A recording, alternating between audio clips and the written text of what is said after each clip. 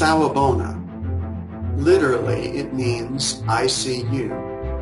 You might reply by saying Sakona, which translates into English as I am here. The order of exchange is significant. It means that until you see me, I do not exist. When you do see me, you bring me into existence. This is part of what is called Ubuntu. A person is a person because of other people. Unit 3, Understanding Ethical Leadership. In this unit, you will begin to learn about the characteristics of ethical leadership. However, in order to understand ethical leadership, we must first understand what ethics are not. Ethics are not morals. Ethics are not laws and feelings created by humans. They're an outgrowth of morality, and really they're actions that happen to be based on concepts of right and wrong. However, that in itself presents a challenge for ethical leadership. Who is to determine what's right and wrong? How do we determine right and wrong? And then we base our actions on that. That's the challenge for ethical leadership. So in your first reading, you'll have an excerpt from Victor Hugo and his novel Les Miserables. So Victor Hugo was a French novelist and poet in the 19th century, and he wrote Les Miserables while he was in exile because of his opposition to Napoleon III. And in this novel, there are many characters that one would encounter, but in the excerpt that you're going to read, you'll encounter Jean Valjean, which is an individual who originally in the novel, he was jailed.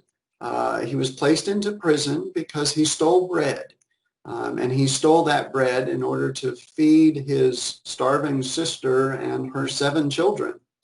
While in prison, he meets a prison guard by the name of Javert, and Javert is an individual who seems to encounter Jean Valjean all the way through life in a variety of circumstances. And in the excerpt that you're going to read, you will read through one of these examples. And really what I encourage you to think about as you read this very short excerpt is to try to think of what's happening in this short scene and how these two individuals are approaching their perspective of ethics. Victor Hugo really is trying to present a framework for thinking about ethical decisions that's based on what was originally from Aristotle, a Greek philosopher, ancient Greek philosopher. Aristotle presented several ways of thinking about ethics, and one of them is using an idea called virtuous ethics. And essentially it means that really what matters is the inherent character of a person, what's going on in the inside. And the character of a person is what matters. On the other hand, you will see a perspective in which it's really not the character of the person that matters, but it's really how well does one follow the law. Javert really seems to believe that following the law is what is most important. And that will determine whether we are behaving ethically or not. Your next reading will provide a more comprehensive reading on a framework for thinking about ethical decisions. And the authors in this reading, they point out again that ethics are not the same as religion. They're not the same as laws. They're not feelings. But they do present the idea that ethical decisions are very challenging. And they're very challenging really for 2 reasons. One is you really need to understand your own basis for the ethical decisions that you're making, and you need to reflect upon your own standard for making those decisions. The authors provide a very thorough discussion on 5 common standards that people use when they make their ethical decisions. But the other reason that ethical decisions are challenging is because we don't have to just know about what our standard is. We need to understand how to apply those standards. And are those standards always applied the same way in every circumstance? So what the authors then conclude with is the framework for thinking about ethical decisions.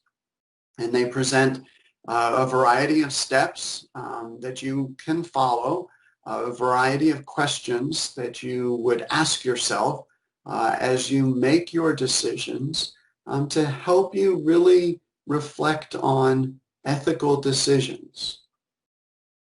So ethical leadership is something that might be challenging for you to consider. You may not have really reflected on these ideas, but I do encourage you to think about your own life, your own examples. Maybe think about examples where you've encountered leaders who made what you consider to be ethical decisions. And maybe think about leaders who have made unethical decisions. Think about the circumstances that were surrounding those decisions and the standards by which we view our ethical behavior. So as you begin to think about ethical leadership, you will continue to develop and enhance your own philosophy of leadership. Aristotle once said, "It's easy to perform a good action, but it's not easy to acquire a settled habit of performing such actions."